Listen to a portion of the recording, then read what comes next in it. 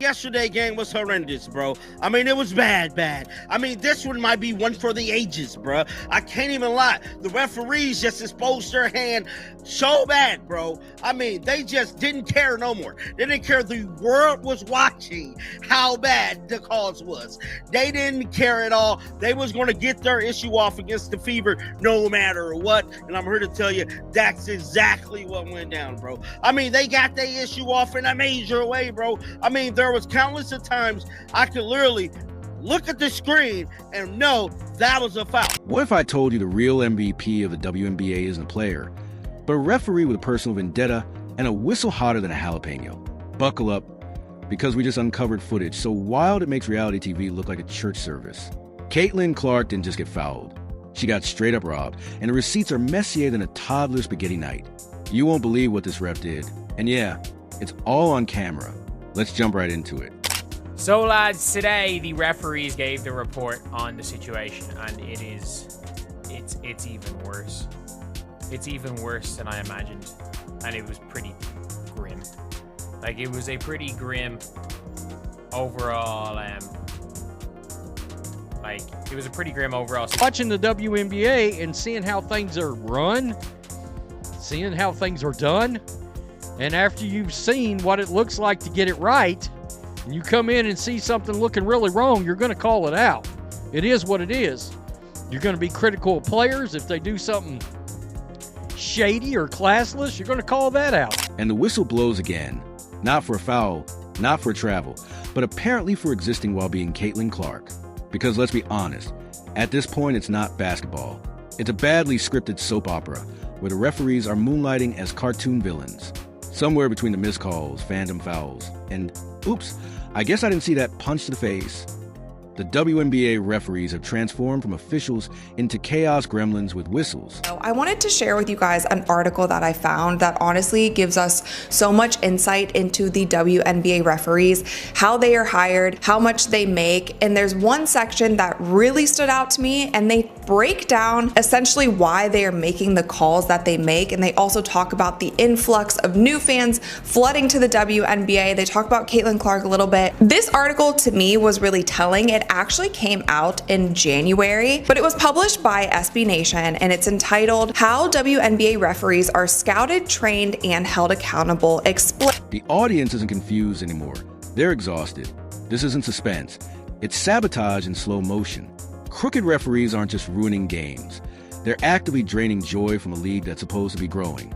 Fans tune in hoping for competitive action, not ref-led improv theater. It's like watching a cooking show where the judges randomly unplug the oven mid-bake and blame the contestant. And Caitlin Clark?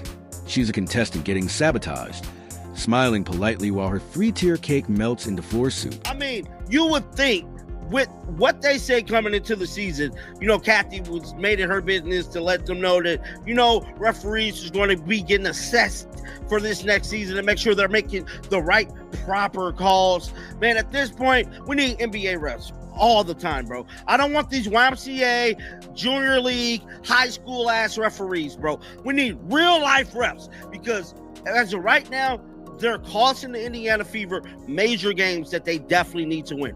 Let's be real. Caitlin looks tired, and not in the played 40 minutes, dropped 30 points kind of way.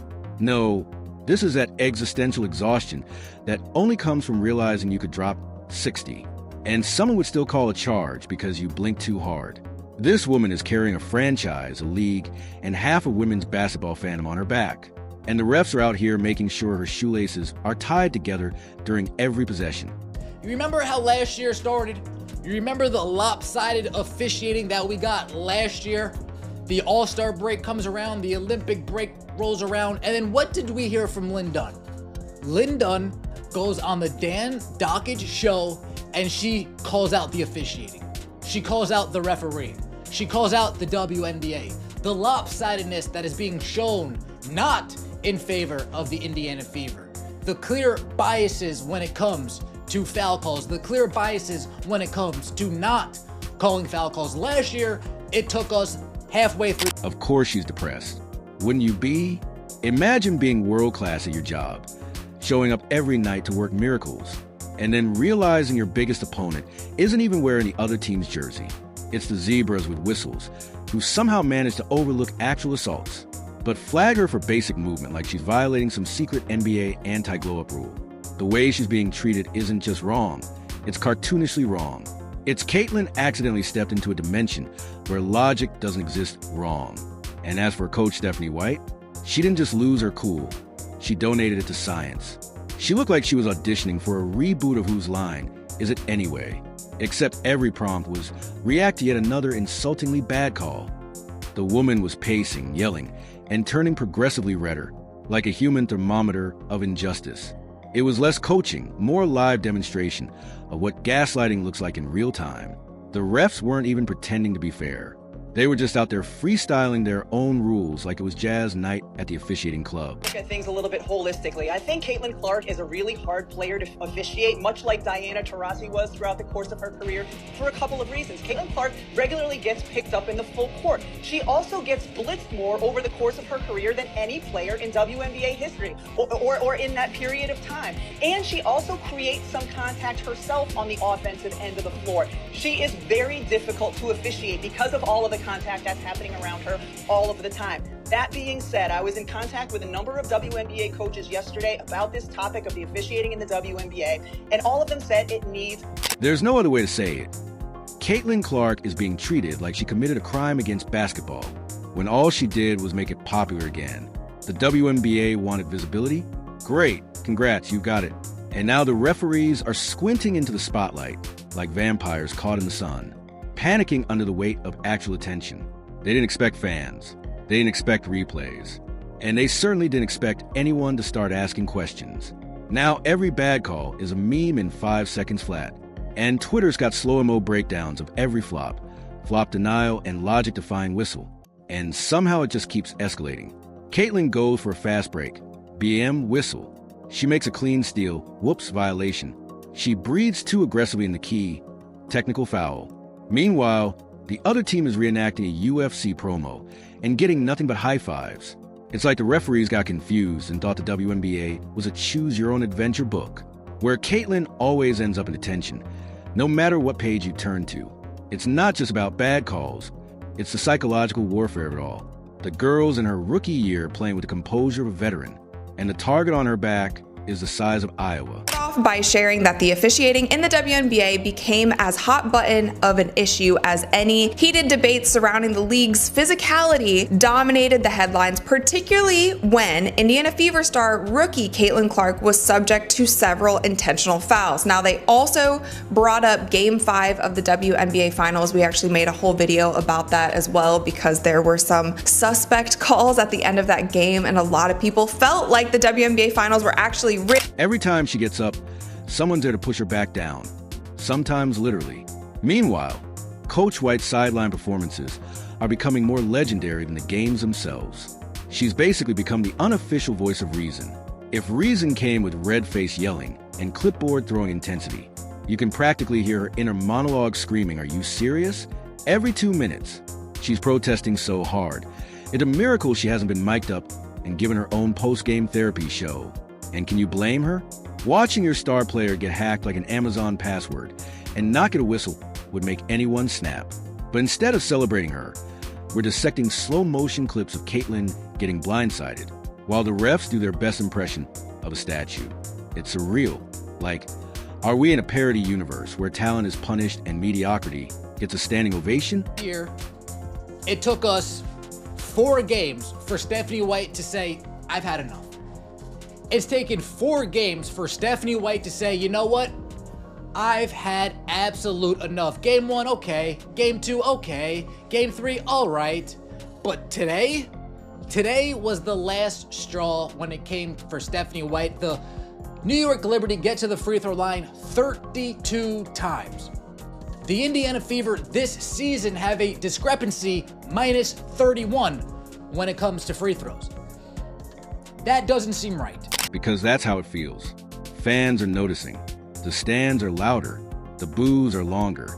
And the internet is absolutely foaming at the mouth with receipts. No one's buying the just part of the game excuse anymore. If anything, the game looks rigged by a group of interns on a caffeine bender who think consistency is optional. And if that sounds harsh, good. because it should be. This isn't just about Caitlyn. It's about what happens when you bring real star power into a system that isn't built to handle it. The referees are clinging to their power like it's the last slice of pizza, blowing calls of the confidence of people who've never had their decisions reviewed in HD by 5 million viewers. Caitlyn's offense? Playing too well. Their response? Make it harder for her. And if something doesn't change soon, the final act's not going to end in applause. It's going to end with the crowd walking out wondering why they ever believed in the script. And just when you thought the refereeing couldn't possibly get any more bonkers, bam, they cranked the circus dial straight to 11. These refs weren't just bad, they were Olympic-level bad. Like, did you borrow your rule book from a coloring book? Bad. And this is what the referee said happened. Why was J.C. Sheldon's foul upgrade to flagrant one? In the judgment of the officials, the foul by Sheldon was unnecessary. The contact to Clark's face. Furthermore, there was a wind-up and impact, and the contact to face carries potential for injury. How did you come to the conclusion that that is a flagrant one? How did you come up to the conclusion that it was unnecessary? There was a wind-up, and it was to the face. The three of them that is a flagrant 2. By definition, you have described a flagrant 2. At one point, it genuinely seemed like the officials were pulling fouls out of a hat labeled random nonsense, while actively ignoring everything that happened to Caitlyn Clark and her teammates. Blatant contact? Nothing. Clotheslining? Just good hustle. A whole WWE suplex in the paint? Apparently just excellent defense. Now, it's not a conspiracy, yet, but if a few more games look like this, we're going to need to start checking earpieces.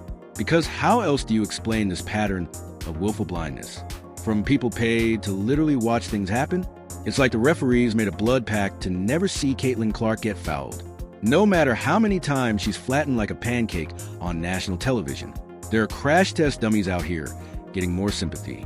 At this point, you start wondering if there's a secret meeting happening behind closed doors at WNBA HQ. You know, one of those dimly lit, smoke-free rooms where execs and blazers huddle over PowerPoints titled, How to Slow Down Caitlyn Clark Without Looking Too Obvious. And the referees? Just loyal foot soldiers, carrying out the mission, sabotage, under the veil of officiating. It's starting to feel like the league wants this team to struggle, like they're allergic to momentum. Every time Caitlyn gets into rhythm, here come the refs with their whoops, that looked like a good play. Better ruin it energy. The WNBA refs are the worst. They really are the worst. We gotta unpaint these narratives. They all have heart. All the mannerisms in basketball are the same. This is gonna be the same. Doesn't matter your color, your race, or your religion. That means I shot in your face. This means I'm clapping, I'm excited. How do you make basketball mannerisms about race? Make it make sense. Sometimes we might even push the ref. I'm in the heat of the moment. I'm not a bad person. Wait, hold up, wait. You be pushing refs, Angel? I ain't never pushed them, but I've gotten in their face. You know what I'm saying? You know.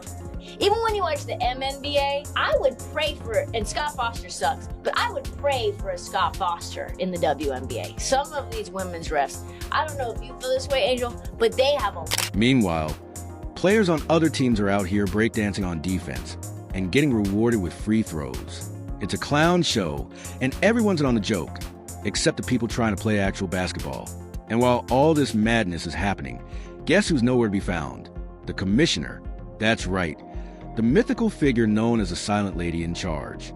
You get a faster response from a magic 8-ball than from her office. Players get hit, fans erupt, commentators rage. And this woman? Radio silence. You could scream into the void, and you get more feedback than her weekly press activity. Try finding a public comment from her. Go ahead. You'll have better luck spotting Bigfoot in a referee jersey. The only thing consistent about her leadership is how consistently absent it is. Days go by, scandals pile up, questionable calls dominate headlines, and she's apparently in a coma made of apathy and beige-colored emails. You'd think she was running the league from a treehouse with no Wi-Fi. Penalties take her longer than a sloth with a clipboard. Fines? Only after a week-long nap and a vision quest. She reacts to basketball, crises the way a tortoise reacts to a house fire. Slow, confused, and somehow walking the other direction. I've said it before and I will say it again. The WNBA as an organization is insufferable, and you would be hard-pressed to find another organization that is as committed to self-imploding as the WNBA. There is no place in basketball for somebody to be poked in the eye, and then they're saying Caitlin Clark is flopping. In what world is she flopping? Oh, she flailed and she fell over. For crying out loud, that girl, JC Sheldon, should have been kicked out of the game. She should have received a flagrant 2. There's no reason why you need to poke somebody. Listen, I get it. She's playing her hard. She's guarding her. It's basketball. Aside from the viewership and the recordship and the media, it's just a basketball game. I totally get that. There's no place in basketball for like that. These WNBA refs need to fix. At this point, you half expect her to show up to a press conference and ask which team Caitlin plays for. That's how distant she feels from literally everything happening in her own league. And let's talk about this leadership style. If you can even call it that. She's got the charisma of a parking meter and the urgency of a screensaver. There's no spine, no voice, no accountability. When coaches lose their minds over obviously rigged officiating, when fans demand answers, when footage goes viral showing Caitlin getting tackled while the refs polish their nails, what do we hear from the commissioner? Crickets. Actual, live crickets might as well file the incident reports. It's gotten so bad, you don't even expect her to lead anymore. You just hope she knows there's a season happening. Maybe she's waiting for a carrier pigeon to bring her the game results. Maybe she's building a 5-year plan that begins with Googling, what is basketball? Or maybe, just maybe, she's been given express orders not to do anything that might rock the already wobbly WNBA boat. But let's call it what it is. She needs to be fired. Immediately. Yesterday, preferably. Her job is to grow the league, protect the players, and uphold the integrity of the sport. Instead, she's like a bad extra in a courtroom drama, there but barely, and always turning the wrong page.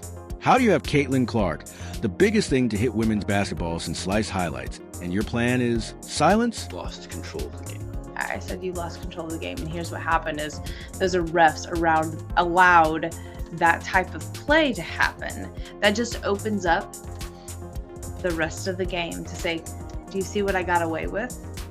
I'm going to be able to get away with other things too.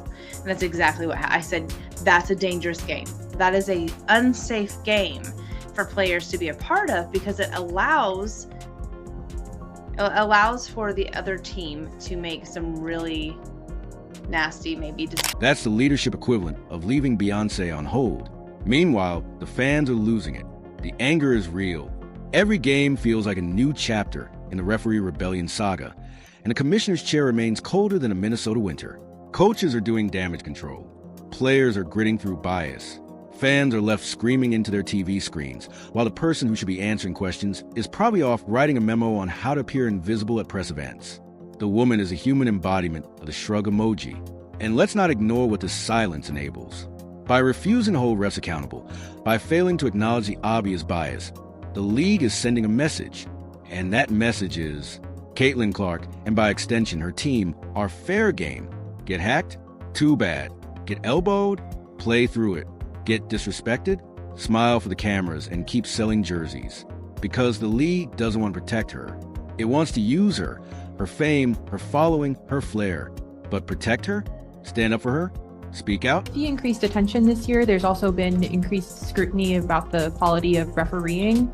Curious if there has been any conversation about whether it's referee pay, referee training, anything to ensure that is as good as it can be. Obviously, not every, they're humans, looking at technology. Basketball is a little more complex than tennis, for instance, around technology of officiating. So we're looking at a variety of different dimensions. I know it's a passionate issue. Every fan group, I love when I go into market and every fan group I meet with, they usually wait and ask it as the last question of the night, but they do ask about officiating, which I appreciate. Apparently, that's asking too much. And the longer this goes on, the more damage it does. Not just to Caitlin or her team, but to the league's credibility. People are watching. Fans are comparing notes. Clips are getting analyzed frame by frame. This isn't 1,998. Receipts are everywhere and they're damning. If the league thinks it can gaslight an entire generation of basketball viewers, it's in for a brutal awakening because the audience knows what they're seeing. They're not stupid. Maybe it's time for someone with a pulse, a Twitter account, and a calendar that doesn't skip entire weeks. Because if this league wants to survive the wave of attention that Caitlin Clark has brought, It cannot be led by someone who treats every controversy like an accidental but dial. The players deserve better. The fans demand better. And Caitlin Clark